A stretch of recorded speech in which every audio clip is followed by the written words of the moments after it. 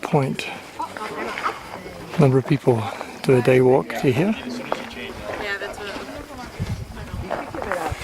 People waiting in the shade. Until you start moving.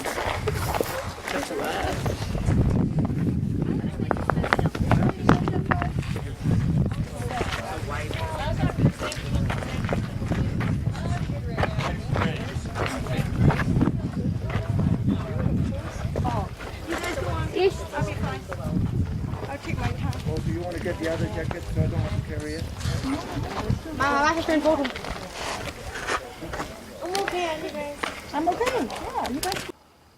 People walking zigzag down the trail, the Kaibab trail. You can see the types of rocks.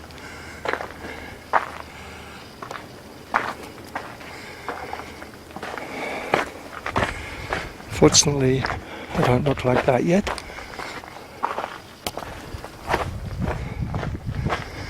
Some trees growing in these shady ravines. So the vegetation is around 7,000 to 6,000 elevation, and the vegetation includes pine trees and shrub.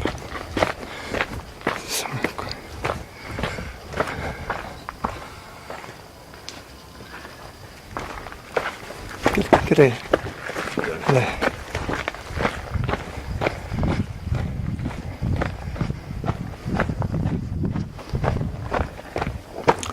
Not much energy is required on the way down, but on the way up, a lot more.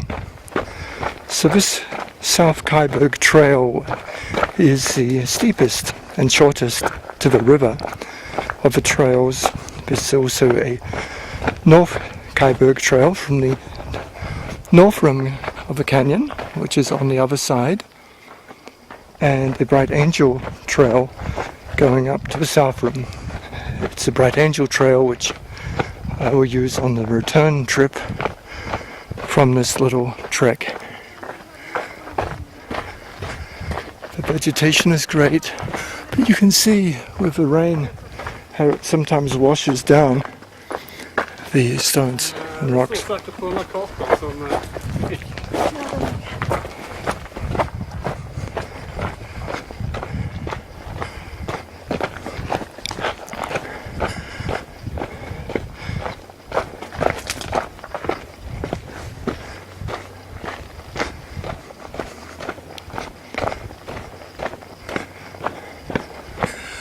You can see some of these rocks have fallen down from up there. Yucky Point.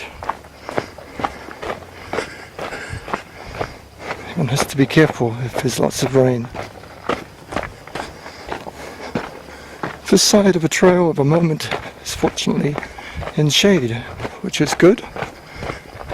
Won't lose too much water. You can see this type of stones falling down.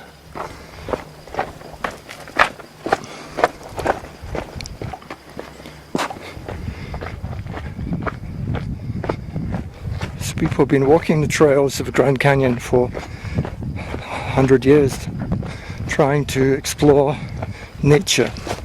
It's an old ecotourism site, and this trail, of course, was founded as a route that Native Americans used long before Europeans came to the Americas. And so Native Americans communities lived down on the river, as we will see later today. The different ages of geology are spectacular. Let's explore more later.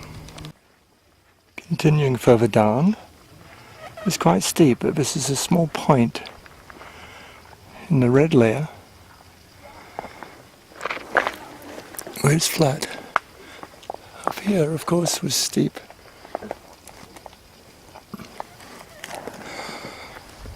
You get the rain from the thunderstorms, and in the winter So these trees go from summer extremes to winter snow. Some of the trail is quite slippery. I recommend shoes that have better grip.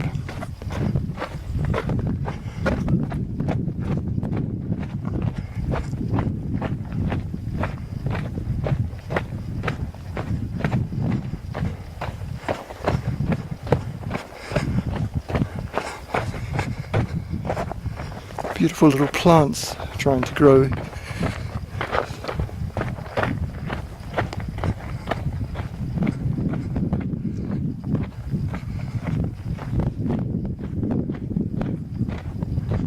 People sitting under a tree. It's a brief respite. There's even metal rods for mules to be tied up.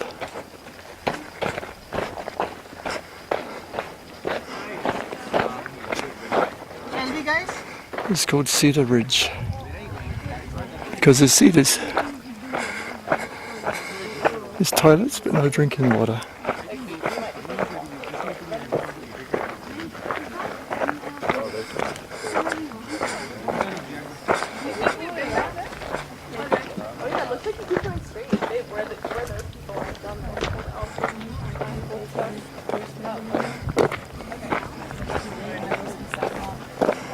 Some small ridge.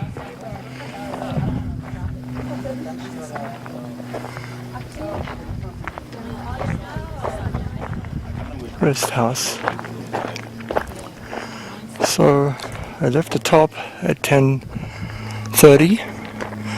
It's at the UR point at 10:20. 10:50.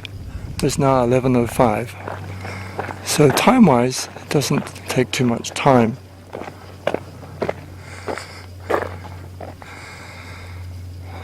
I'm looking for the trail, which is a good point. Where is the trail gone?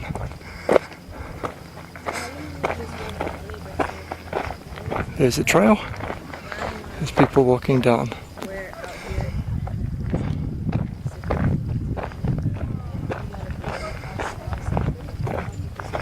Cedar Ridge is a good easy walk. If you're mobile.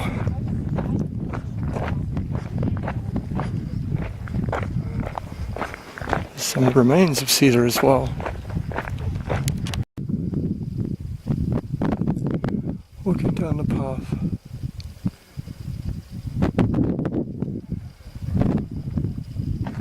The canyon. One of the points.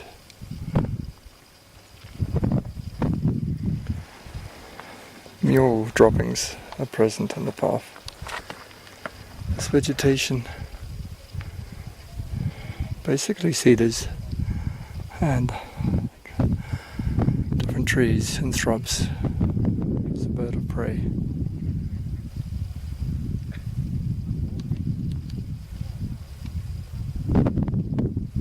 Soaring down the canyon. Hi. How are you? Good, thank you.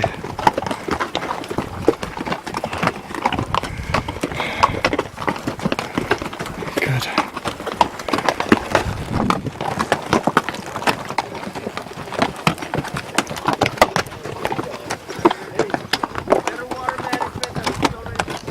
The ways to come back the hill is on the mule. So this is in the canyon. Oh, below this point now.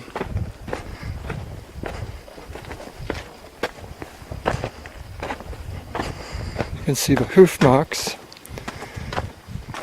from the mules.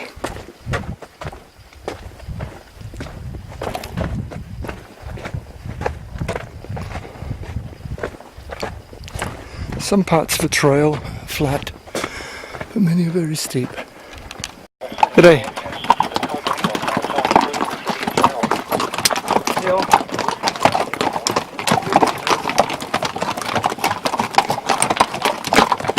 Hello. Good morning.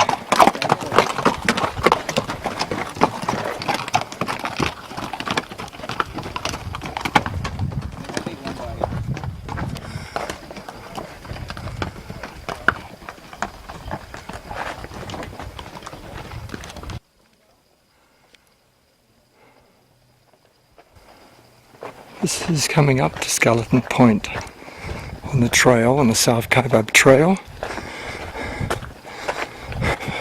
The mules carry supplies. I guess they don't use helicopters. You can see them walking back. Actually used a long way. Walked a long way. Still a long way to go down to the river.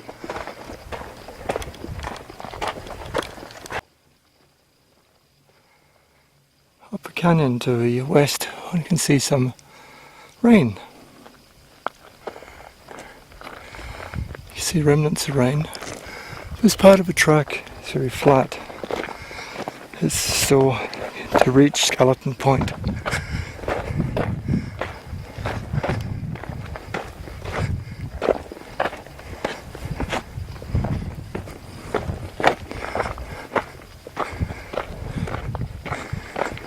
So the shrub is here. Not many trees left. There's still remnants here of water. Water's collected from the rain. There was even rain this morning, and probably here rain as well.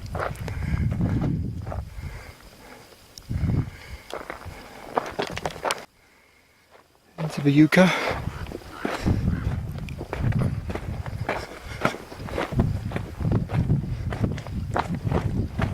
So one can imagine for the points, people who lived here thousands of years ago, there was vegetation.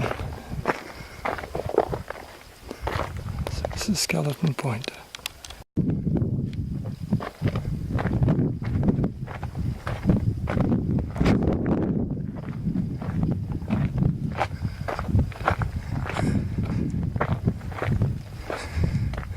It's going to get steep again soon.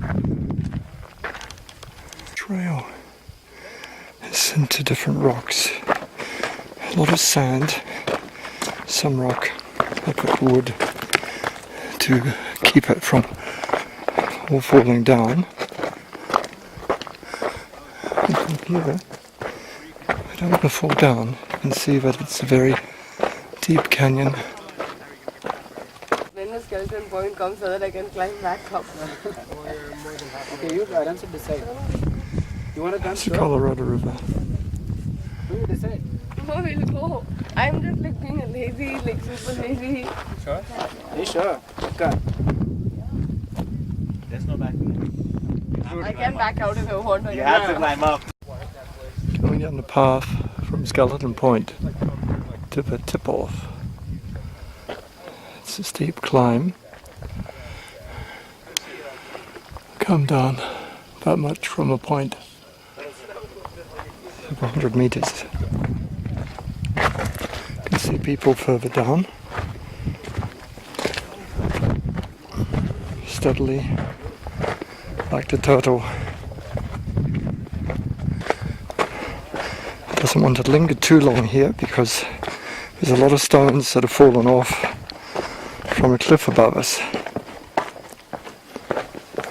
Some organic manure from the mules.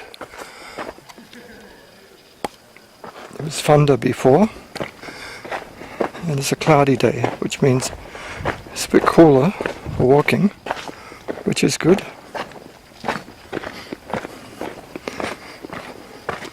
Some survivors of these plants.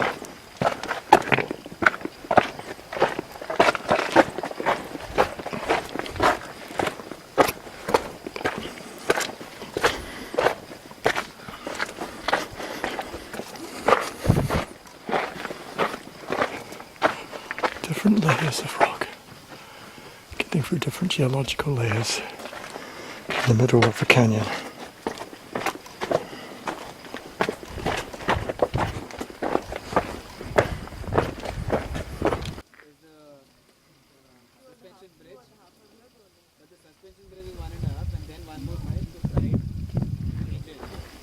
So this is another plateau, a tipping point, and it's been rain. Got a bit wet, the rain in the canyon. This house seems to be locked.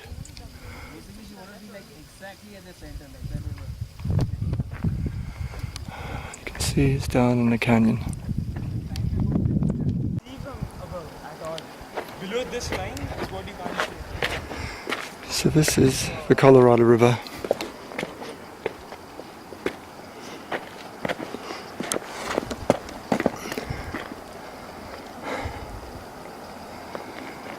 The stone is very red.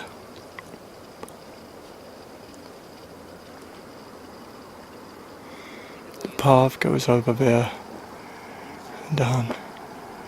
You can see people walking in the distance. This is tip-off point. The Colorado River is very big. So the Colorado River carves its way through the Grand Canyon. You can see the paths going down. So from tip-off point, it's another 300 meters down elevation. It walks around to the bridge. It's a really fantastic. You can hear the river, see the plants growing. Imagine in the past living here.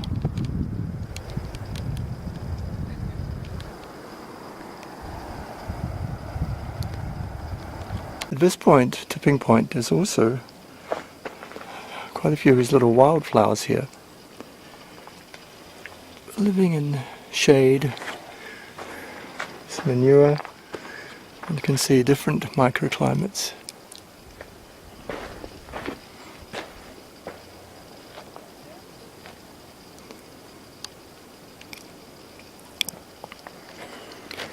This path has many types. It is steep, and one must be careful with our footing. Sand is rather soft.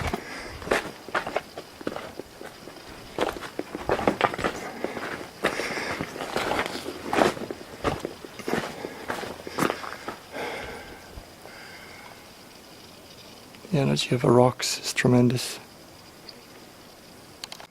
So the path, walk down this way, and there's copper. Some of the rocks you can see the copper. There used to be a mine down this area, Kaibab area. Some cliffs.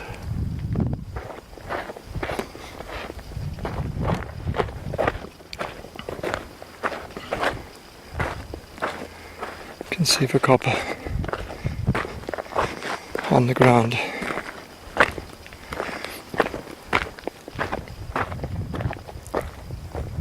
Very interesting rocks, like broken shale. This is a deeper type of rock. The deepest part of the canyon is down here. I'm going to see more of it. Coming further along the trail, underneath these cliffs, underneath the sun that's coming out, gets a glimpse more of the Colorado.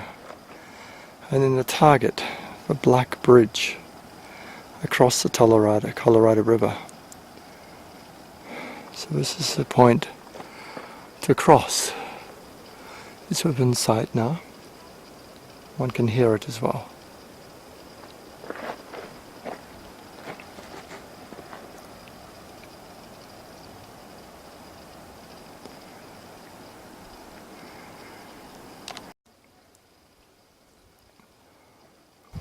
Walking down the path, we can see a vein of copper. Vein of copper in the rocks. Climbing further, you can see people, boats. It's a black bridge.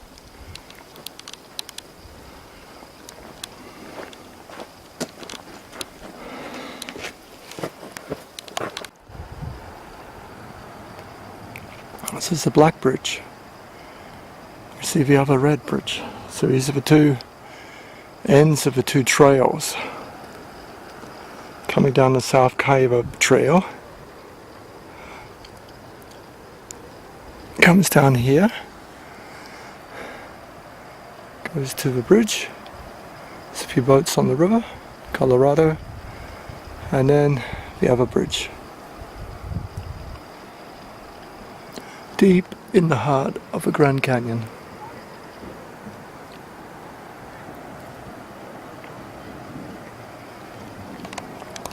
Thunderstorm, gentle rain.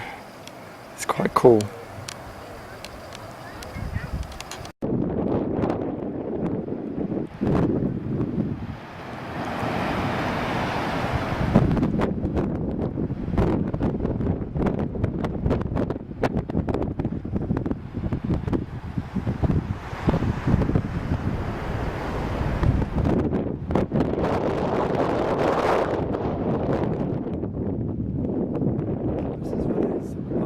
Grand Canyon. Just wanted to know. Nearly there.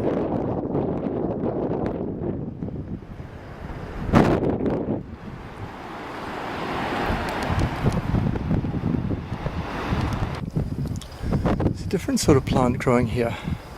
On the side of a trail. I guess the water trap's here.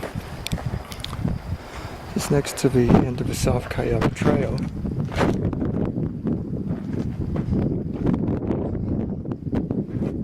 So this is what it is at the bottom. Interesting plants.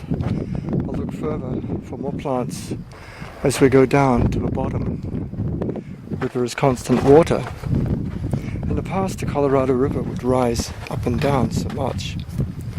This is an interesting plant.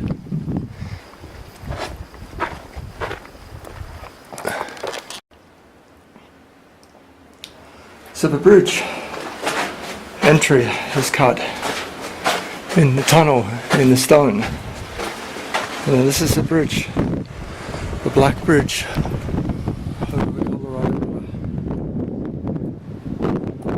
Good wind.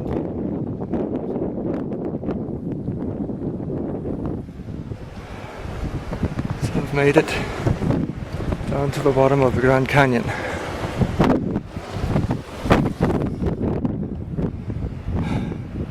Some of the rocks are from 2 billion years. It's amazing to think how much history is in the canyon.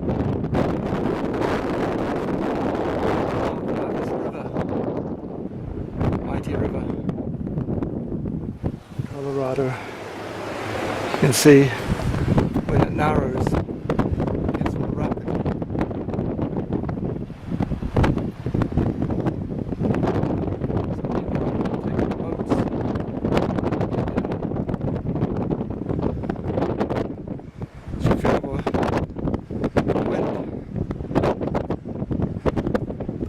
Fortunately, the cloud keeps it cool. So this is the Grand Canyon.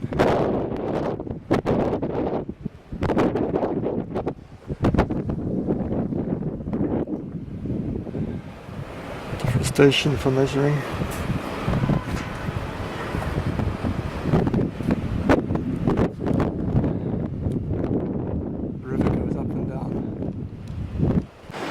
Canyon cuts through this hard rock in the bottom. You can see the power of water as it cuts its way through and down.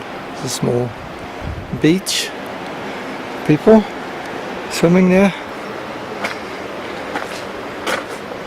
Still at 30 meters above the water. Probably the water comes up a lot when it rains. Now it's controlled by the dams further upstream, the same dams downstream. So now this is on the north side of the Colorado River. still Arizona. And the Grand Canyon runs through Arizona State. Later, as the Colorado River flows, it becomes a boundary between Arizona and California. Different types of rocks that made the pathway a little safe for children, maybe down here.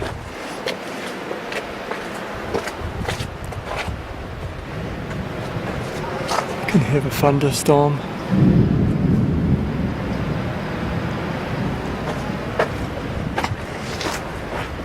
And bringing that life-giving water to the plants. It's quite green in parts here, but it's still very arid.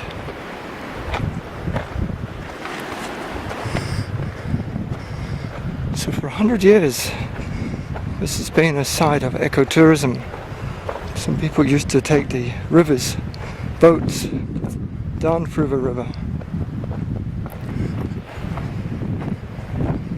It's still a long walk. Of course, if you use a mule, as we saw, it's better.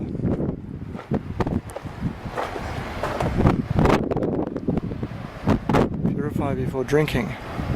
This is a boat beach. Do not swim. Bright Angel Pueblo. Puebloan people lived here. If you look in that area.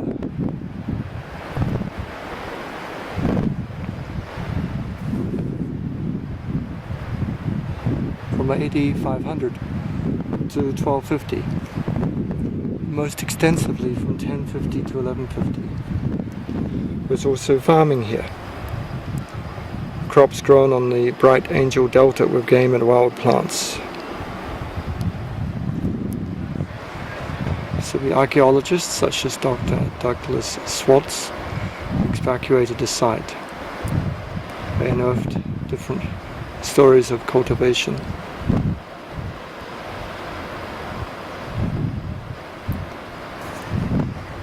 This is where we are. So the Pueblo people lived here. These ancient Pueblos in the canyon. There's evidence of times past.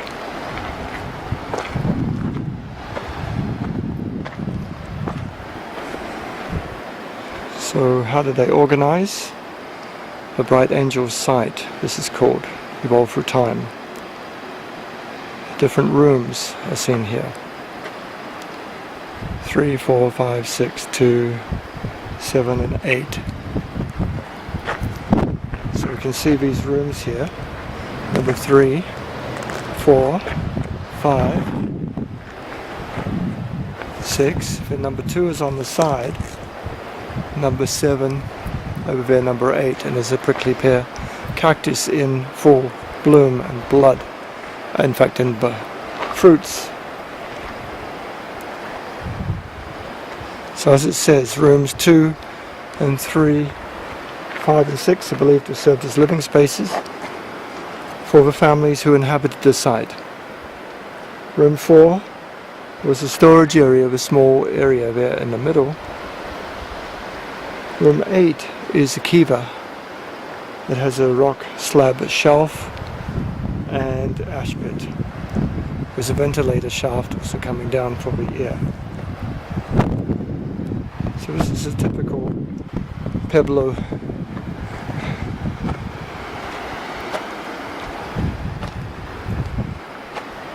so these are signs, of course. People lived here. It's a sheltered.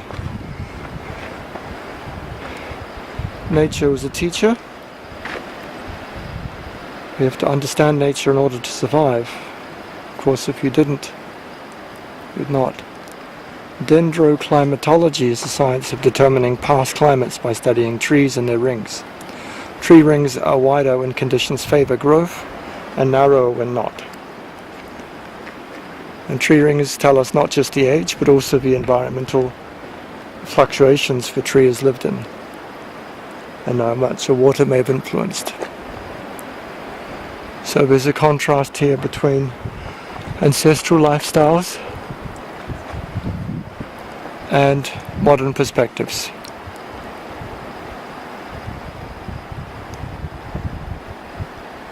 It's a beautiful light in the canyon now.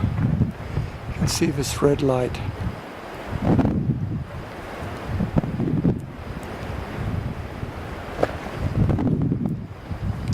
These people would have enjoyed the river. Of course it would have been flowing more with more variation without the dams.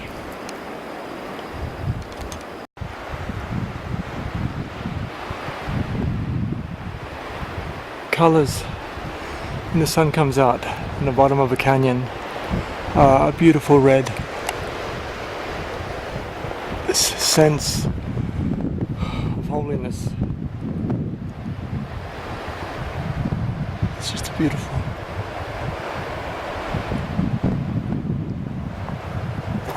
It's both subtle and also deep.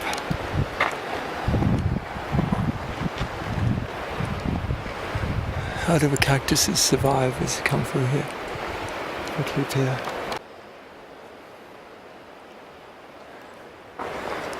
So here at the bottom of the canyon it's hotter in general. You have the prickly pear cactus. You also have a willow with many roots. Very complicated tree. It's been gathering. I guess the flood water has sometimes come up here. It's sometimes underwater, sometimes not.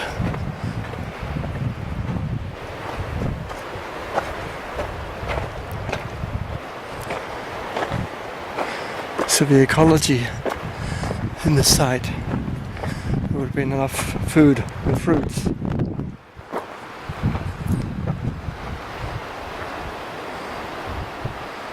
So in 1907, the cable car was across.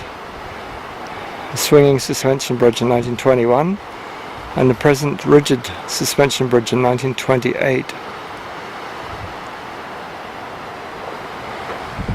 1928, that bridge is 90 years old. Boat bridge. So it's wonderful.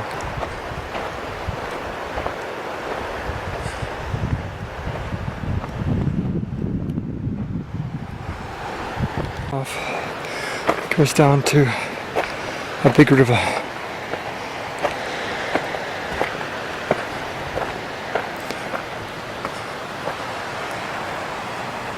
The water is flowing very rapidly.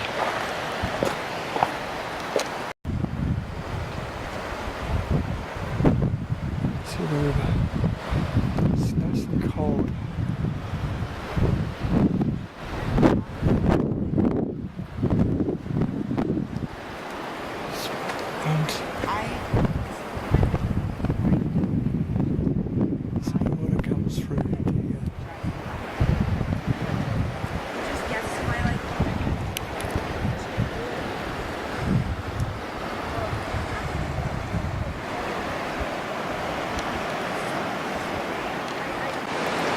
This is a small side canyon. The river comes in here, brings water into the main Colorado River, which you can see. You can see the color of the rocks. See the age of these rocks is so old. You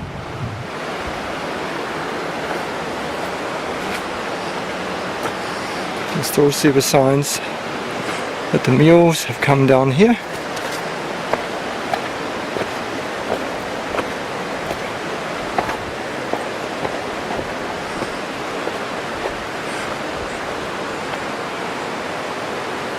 This is the bottom of the canyon.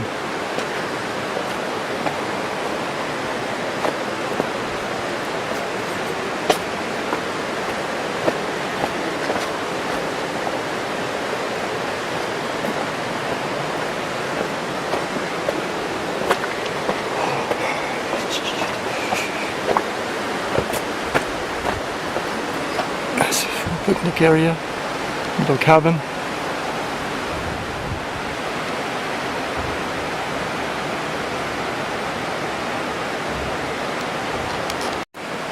It's the junction.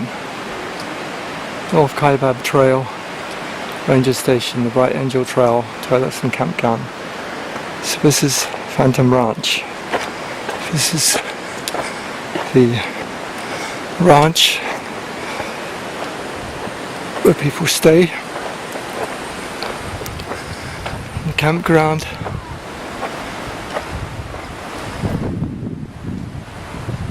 is on that side.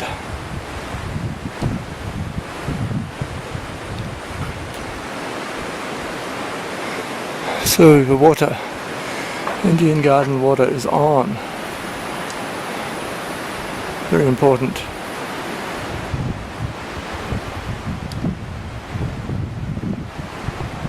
See the Milky Way.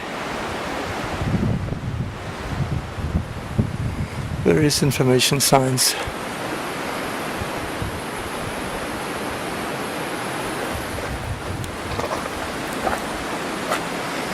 So this is here. So it's all prepared for people.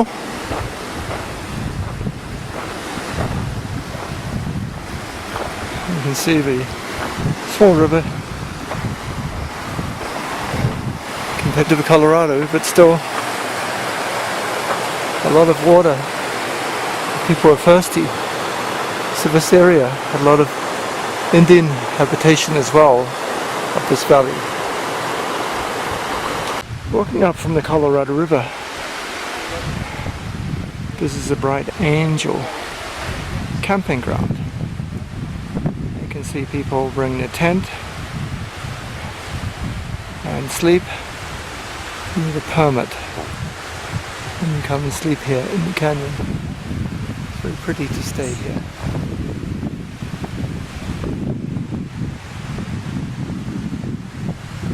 I was thinking to stay here and rest before going up again. Walking up further here to the north is Phantom Ranch. So, amongst the trees on the way to the ranch, there is another dormitory. This dormitory is not for people. The dormitory is for mules. So some mules are staying down here.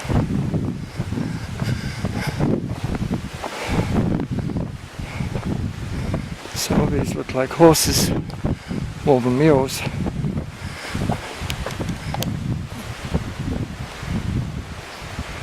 I guess Phantom Ranch has horses as well. People may go horse trekking.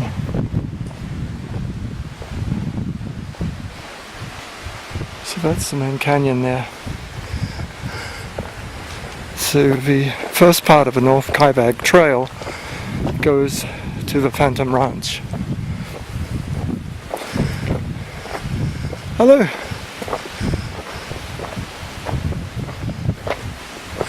Plenty of water coming through here.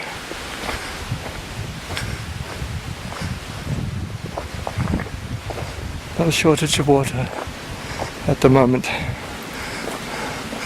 This is plenty of rain. Hello. Why do some of you like to be in the shade? Some of you like to be in the shade and some like to be outside. Hello. How are you doing? I'm sorry I don't have anything to give you. Yeah? You're so friendly. Hello. Hello. You been doing work today? It's good, isn't it? Hello. I have a new friend. Yes.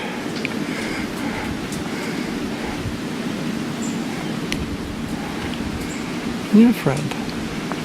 New friend. Quite a big horse. Stands tall. You are. You're a big horse.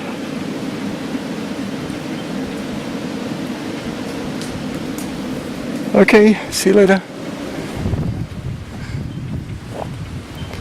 So I'll follow this path from behind the mules, going up to the ranch, and we'll see what they're growing. Trying to grow some vegetables, I think.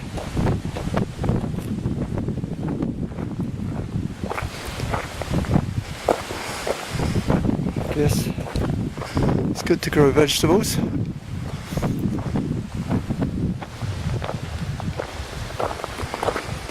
So this, of course, was also a settlement by the Native American communities. It's an ideal location. Very cool. Amongst the trees, some big trees here. They put a fence around to stop the bark being taken off. So this is the Phantom Ranch. These blue pipes for water system. So this is Phantom Ranch. First in 1902. Theodore Roosevelt stayed at the camp in 1913, so the name changed to Roosevelt's Camp. But in 1922, the Harvey Company commissioned Mary Jane Coulter to redesign the area. So Phantom Creek was the name of Phantom Ranch, the 1905 map. So you can see the original area. Some of the employees stay here, and they have some majestic trees in the small delta of the Phantom River.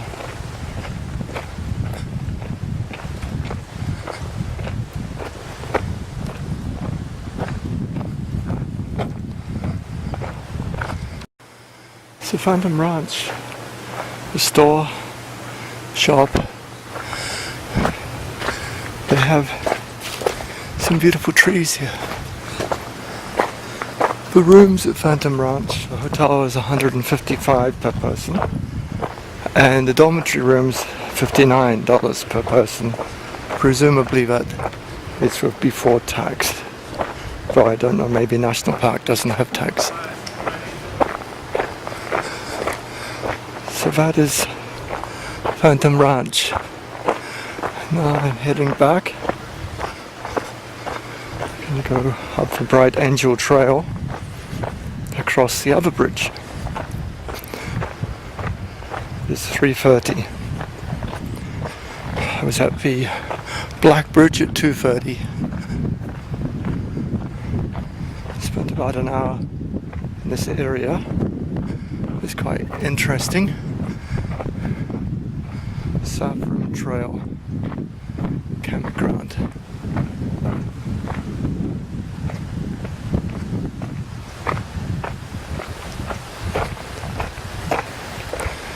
Amphitheatre for some evening ranger shows.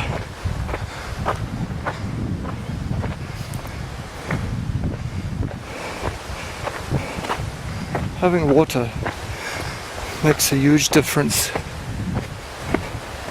So even though there's prickly pear cactus without water, with water you can have willow trees and other trees growing.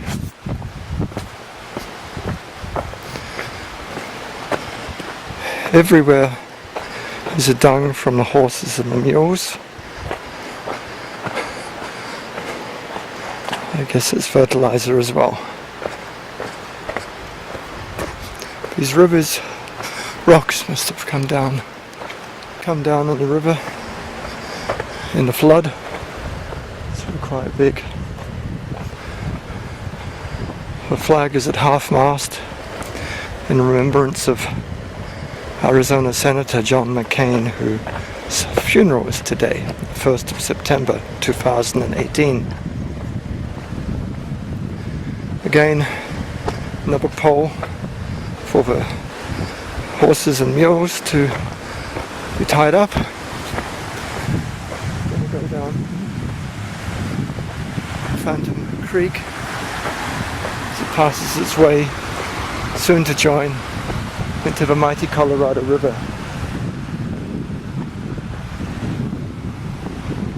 And somehow up there on top is where the destination is. The hotels, and we started in the morning. So it's a long way up. It's a long way down. We took it easy. We got to the bridge at 2:30, leaving at 10 o'clock at the top of a South Kaibab trailhead. So 4.5 hours. Could have come faster,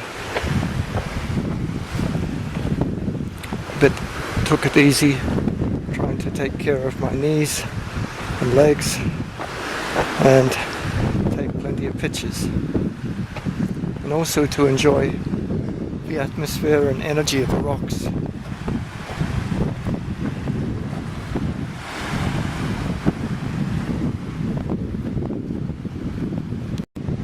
Some people come and hike and stay. If you have a tent, they stay.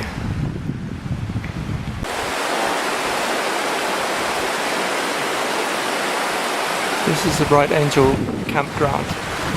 It's a camping site and the Phantom stream. There's a lot of water coming down. So I'm going to follow the path through the campground just to see what it's like.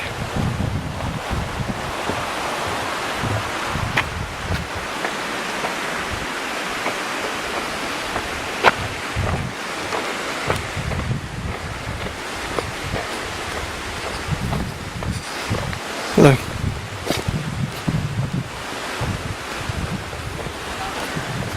So each has to have a permit. Very regulated camping. This area is closed.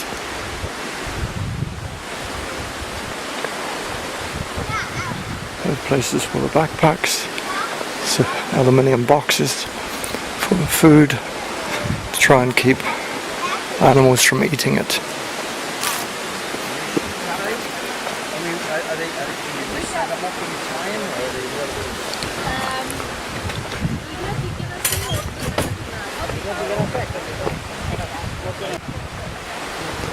So it is a nice place. Everyone has a camp. Everyone has aluminium boxes, and then storing their food. All have their permits. People don't come without a tent. Drinking water. Okay.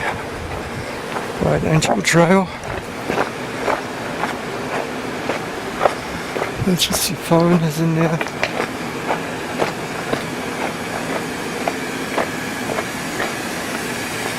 Seems to be a drain. Reclaimed water, do not drink. Looks like this is the sewage processing plant.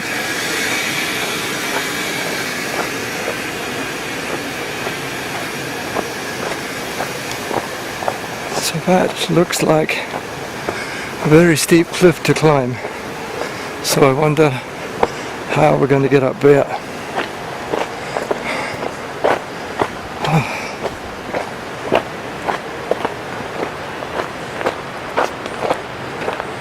Some of the rocks, different minerals are very interesting.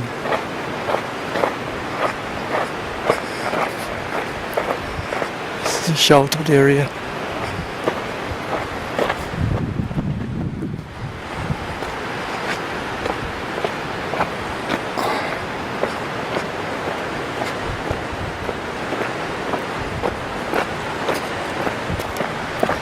So you can see the nature of a path on the way to the mighty Colorado River again.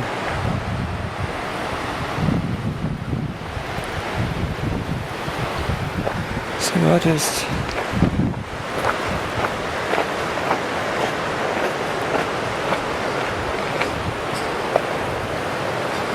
where it is.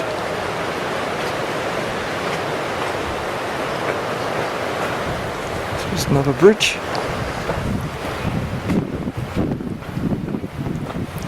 Let's see the vegetation areas here.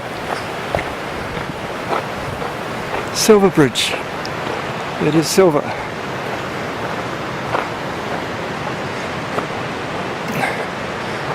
It's crossing for hikers and supports the Trans-Canyon waterline. So a pipe between the Silver Bridge brings water by gravity flow from Roaring Springs below North Rim to the pumping station Indian Gardens.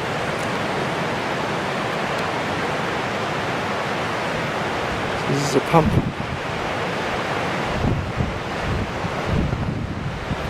And then from Indian Garden, pump goes up there.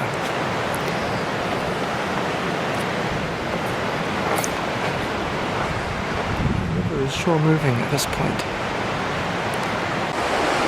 So Colorado is sure moving quickly down here over the Silver Bridge. I'll keep the video on as we walk across.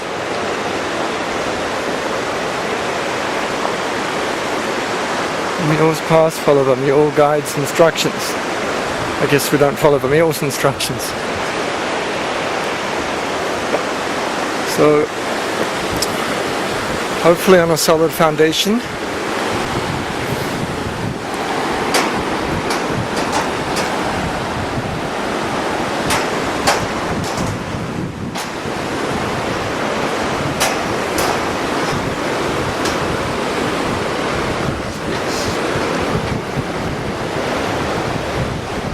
Mighty Colorado, the bridge is shaking.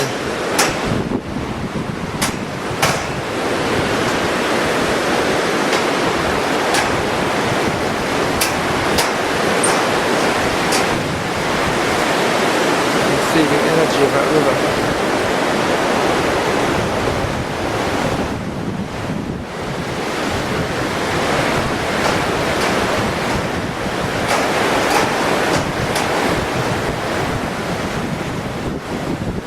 One could imagine what it would have been like to sail on a boat down here. Very exciting river.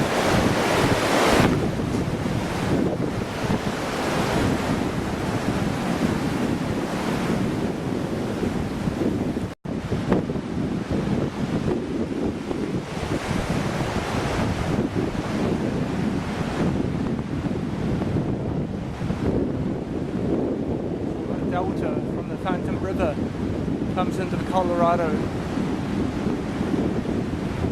Natural place for settlement. The water line runs by gravity, taking the water up to the Indian Garden campground, which is the next stop after walking up this canal.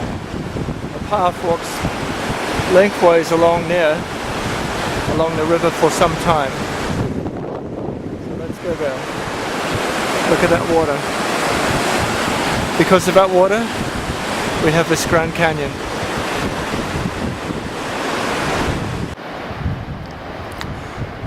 So coming up from the ridge, you can see the Silver Bridge and the Black Bridge up the Colorado. Walked along this path underneath the cliffs. So the next step is to get above these cliffs, above a plateau. It is cool at the moment. It's in the shade from the afternoon sun. It's just after 4 o'clock in the afternoon.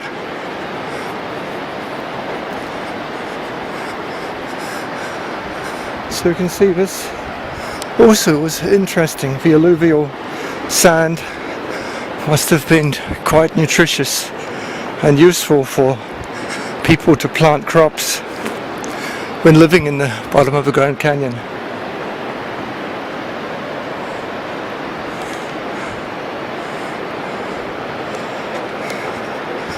And the colors are just amazing.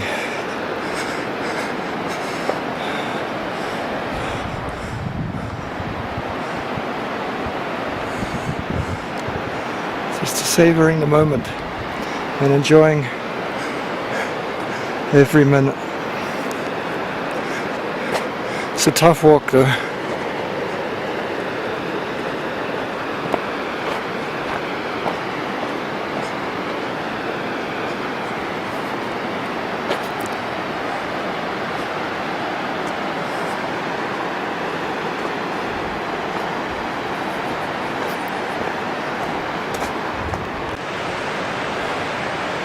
So this pathway up to Indian Garden, a bit hot, and the sound is a bit tiring. Keep going. There's a little island in the Colorado. So it's like a sanded area.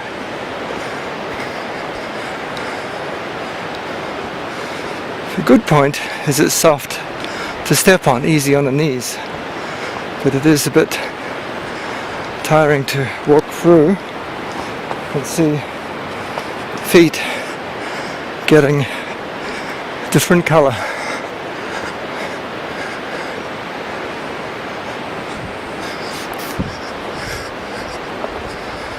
So there are many different layers of rocks, different types of path, different vegetation. It's a great lesson in ecology and in geology.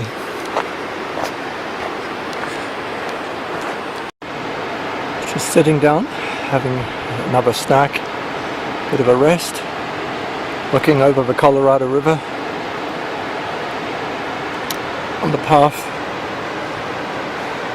This is looking to the east, and I'm walking to the west, sitting in the shade a little bit in this very old rock underneath the canyon. Time to get going again. Walking further down the canyon.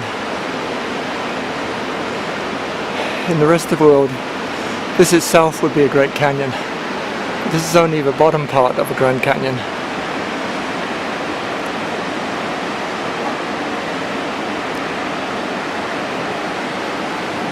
The willows on the side. I'm underneath rocks. Gotta grab a hat.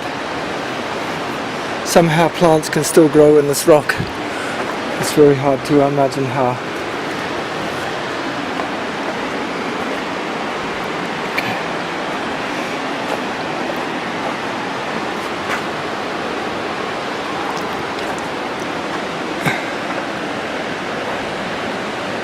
It's always a survival story. How the water can survive, how the succulents can live in these cliffs.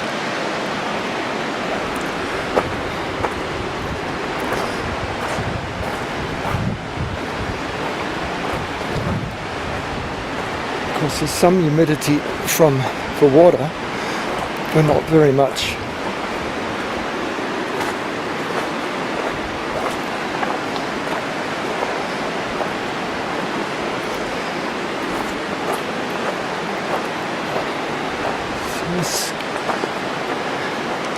Soon we'll be round again in the sun.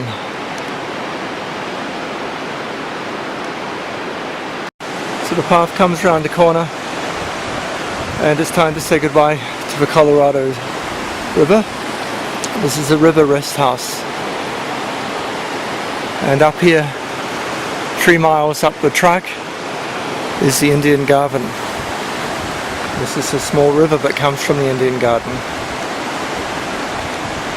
So mighty Colorado, say goodbye until another day.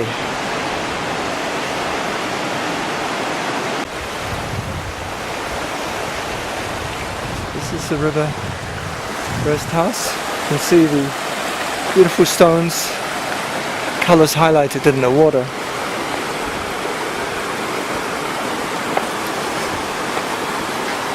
It's the river rest house. There's toilets. There's no drinking water.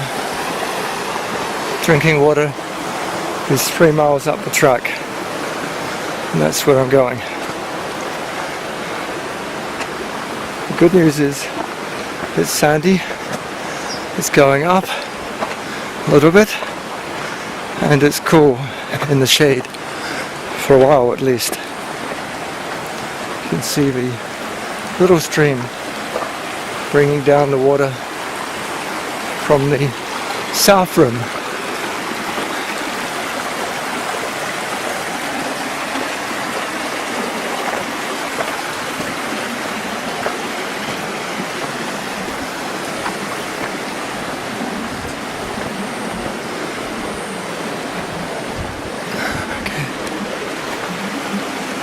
The vegetation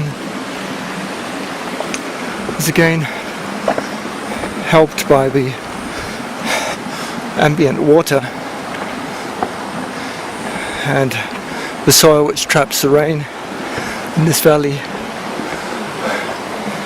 But once we get above on top of the plateau, it's going to be dry again unless there's some water following this river.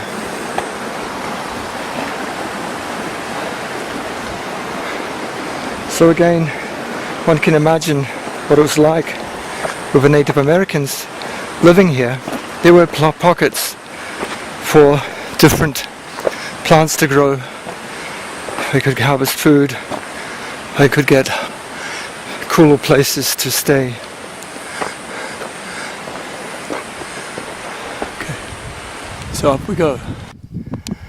Looking back, this is a path.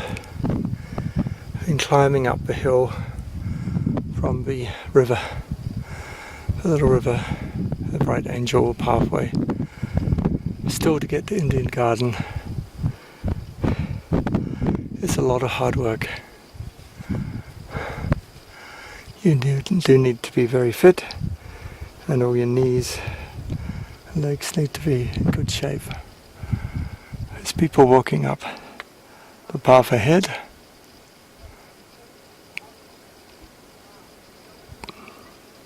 Probably also heading for Bright Angel campground.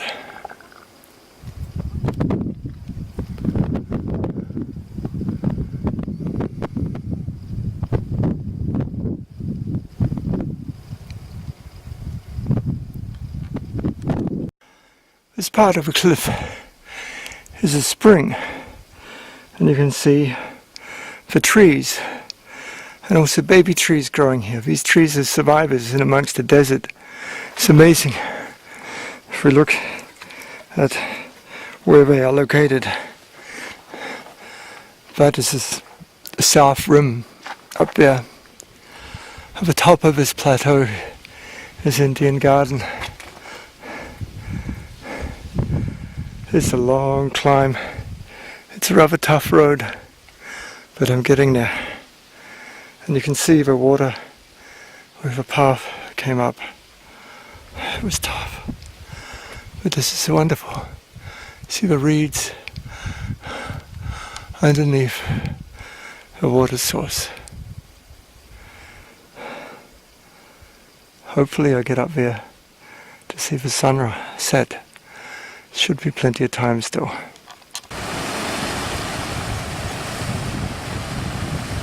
There's a waterfall. There's a waterfall coming from Indian Spring. So around the corner, walk up a path. This is the river to follow now. And it flows down the valley all the way down to the Colorado River.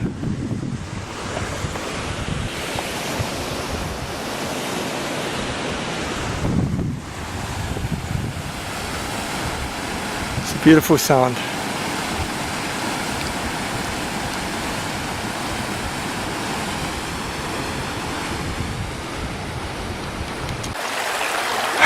I didn't expect this.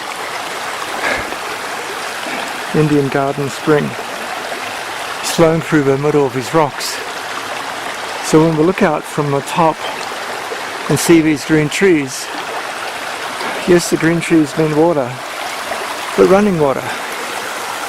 Nice cold water. And the reeds and willows follow down this, and then they end up in that little waterfall that we saw. It's a plateau point. These trees, it's a haven. It's so cool and pleasant here.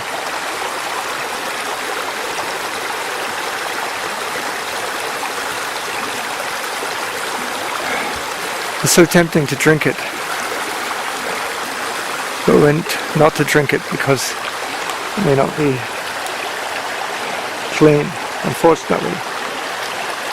So I have to wait for another mile up the path, but at least it's cool and pleasant to get up to Indian Garden.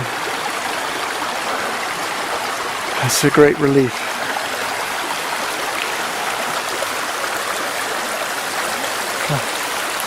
Feet are almost not there anymore.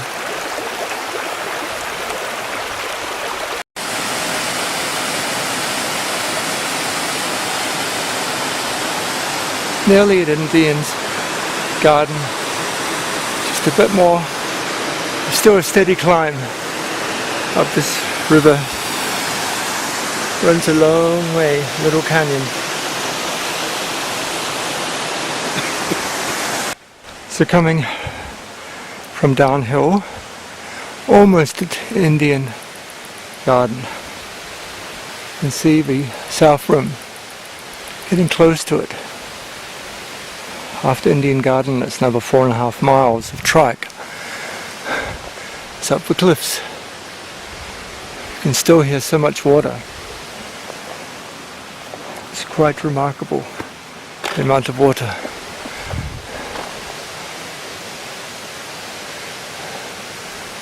The yucca's there, and we have some vegetation.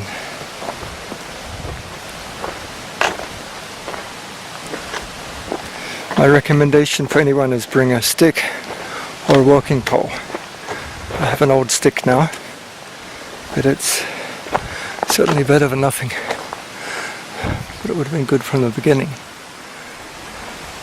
It's been a very long day. But I'm going to stay at Indian Garden and put my legs up after a very arduous hiking. Up and down, or down and up, I should say. Signs of civilization, getting closer. Let's see what it looks like at Indian Garden. Still almost sunset. Have to try and get there before it's dark. So from the path,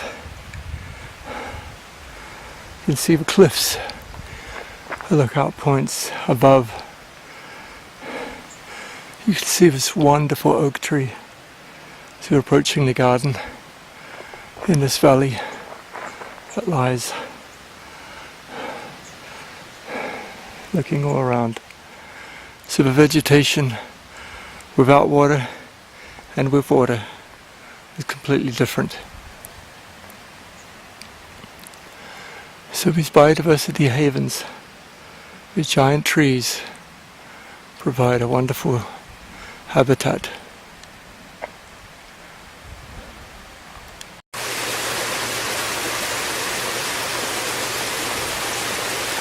So this is basically halfway between Phantom Ranch and the Grand Canyon Village. Most important, I'm heading straight for the water.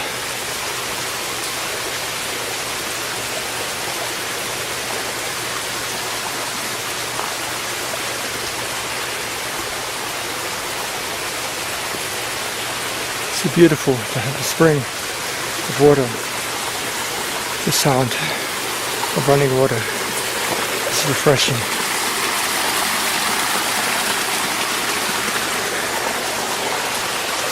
So, never imagined that underneath the Grand Canyon there is in the middle this oasis of water.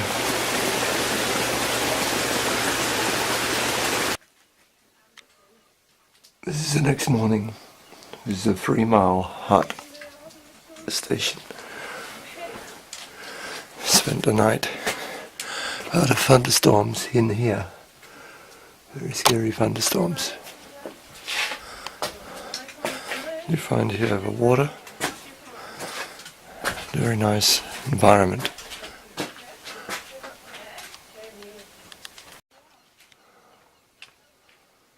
It's beautiful colours.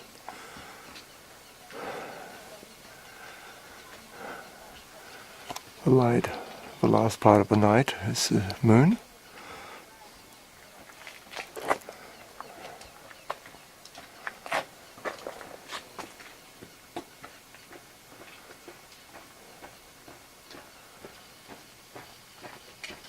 This is Fremont.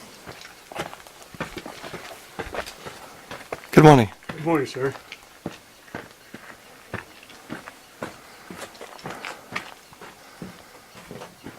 People coming to get water. Still a long way up. A long way down. There's wildlife in the evening. Love of nature is one of the great values of the 21st century. It's the same value that we had several millennia ago. Native American people lived in the Grand Canyon. Nowadays, thousands of visitors come to visit this canyon. How is this the love of life? Well, it's the love of life for several reasons. One is the love of life of ourselves. If we love ourselves, we will try to pursue our potential to the best that we can. Is it loving life? Well, yes, it is. We value the life. We value the environment. If we look more closely at the canyon, we can see ways in which life is itself loving. In this arid environment with occasional thunderstorm, why do these plants grow in the midst of what seems like to be a desert? It is the love of life. This plant has flowers, seeds. Despite being on the arid cliffside, we'll see small grasses growing, different grasses on the side of a canyon. Even pine trees, cedars.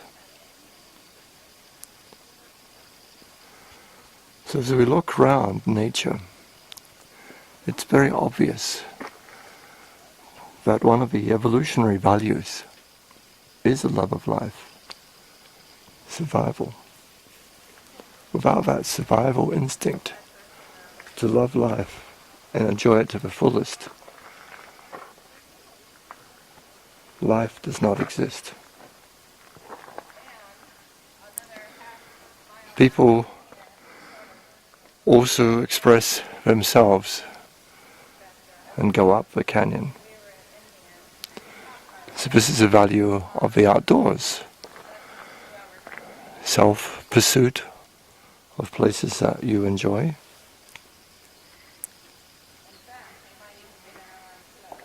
So here we can see the essence of a life. So some lessons of values we can take from many different places. This is also the love of life. You can see the roots of this tree. Normally you'd imagine the roots would be under soil. The soil is washed away, but the life is clinging through the ends of the roots. And you can see here the tree tree is still growing.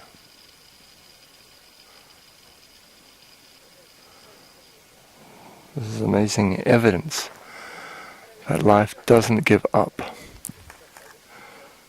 So there's another value, persistence, perseverance.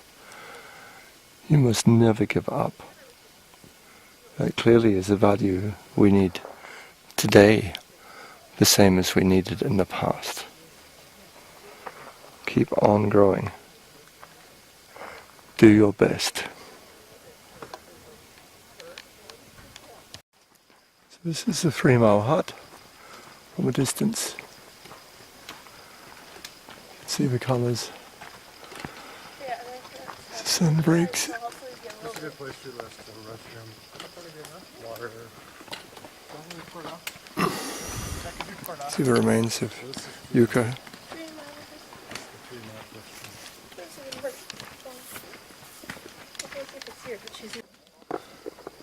So the value of love of life is something that all of us share.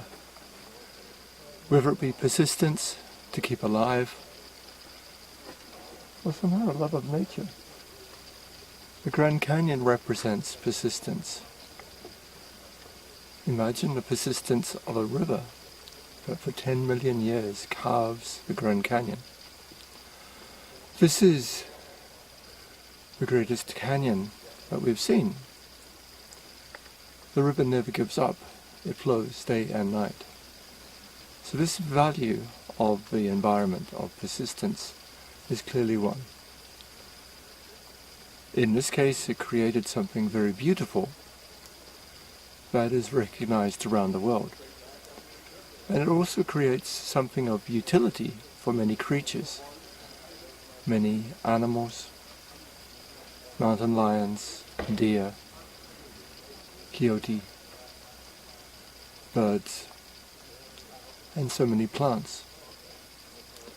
And interestingly, hundreds of thousands of human beings also join this pilgrimage to the Grand Canyon. So this value of giving us an ambition in our life, the dream or something that we need to do, is another value. It's called hope. Without that hope, human beings will be lost. In the writings very famous from Paul's letter to Corinthians, faith, hope and love, and these are 3 essentials. So this clearly also is an essence of values, what values that we should have.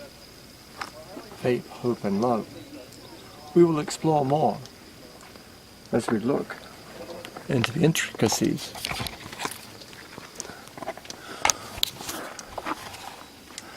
The persistence of vegetation,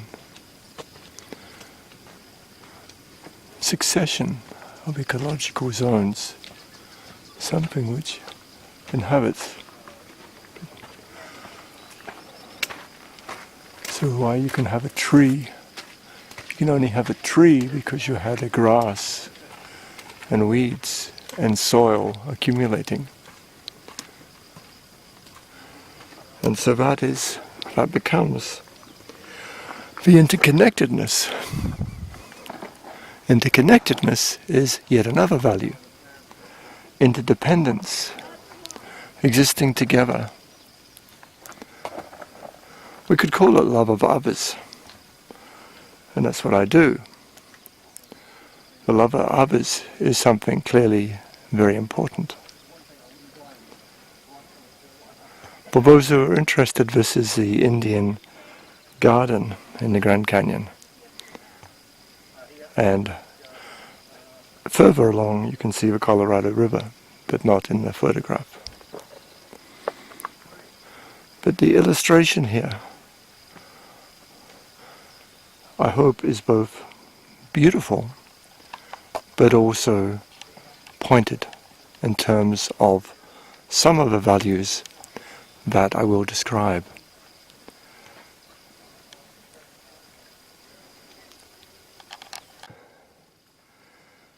getting higher above Indian Garden. It's a path.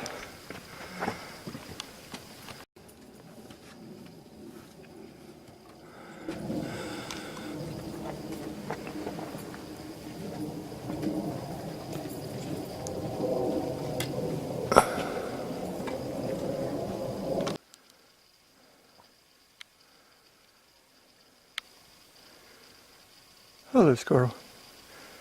Cleaning herself. There's no one there. Hello. Good morning to you.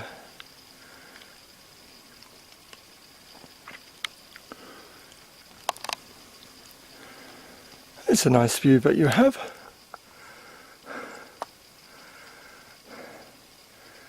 Sitting in the Grand Canyon on the Bright Angel Trail. I'm walking on the way up. Still some distance to go. We're getting there.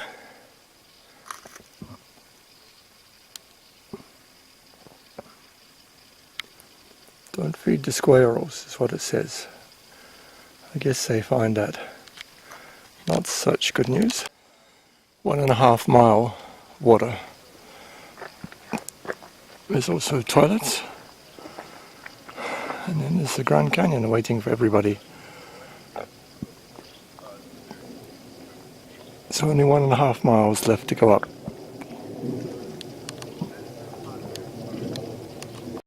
It's a telephone. It's another rest house. Very similar construction to the previous one. 3 miles. Rest house. Emergency phone also. And there's a nice tree. And there's Indian Garden, 3 miles down the road.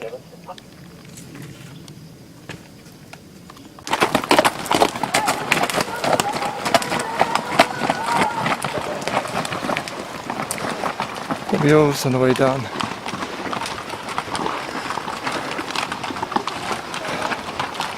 Certainly easier than walking.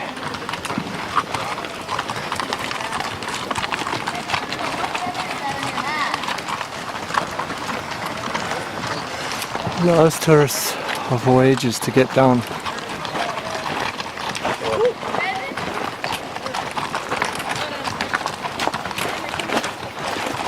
This is almost at the top of the Bright Angel path. Many people come for a little walk to experience in the canyon, as I had also done before.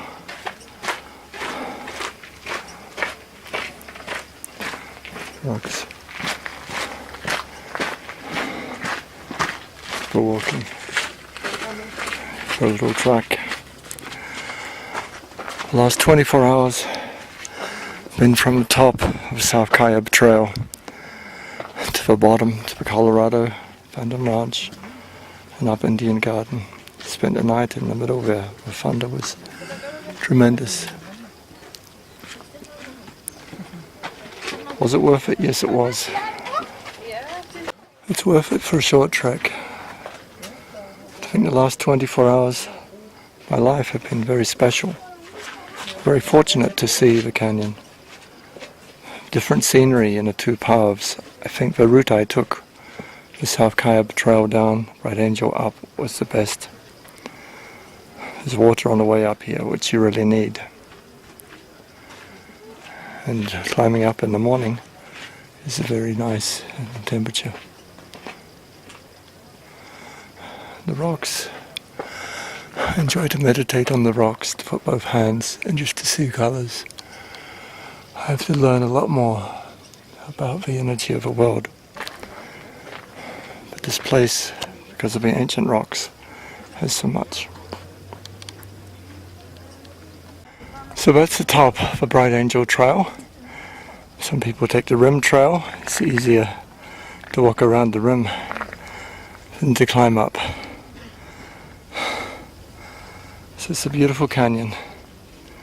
It's Indian Garden. There's 4.5 miles to there, and it's steep. It doesn't look like it, but once you're there, most of the way to the bottom. Another 4.5 miles to the end of the bridge. So is it worth it? Yes, it is.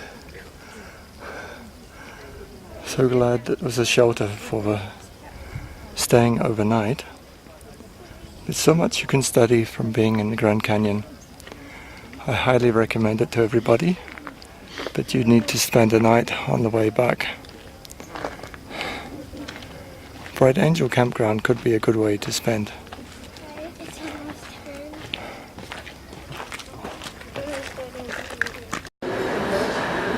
So in the Bright Angel Lodge, the Fred Harvey Room presents a history of tourism, ecotourism in the Grand Canyon, outside this Grand Canyon. As you can see here, this geological fireplace, the strata of the Grand Canyon, and photographs, and the Fred Harvey girl. This is one of the Bright Angel Lodge, used in the 1930s, such a table.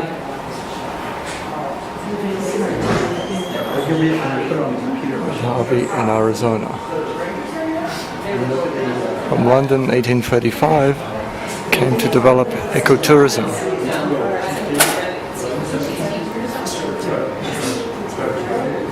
This is type from Hit the Gong for the station manager.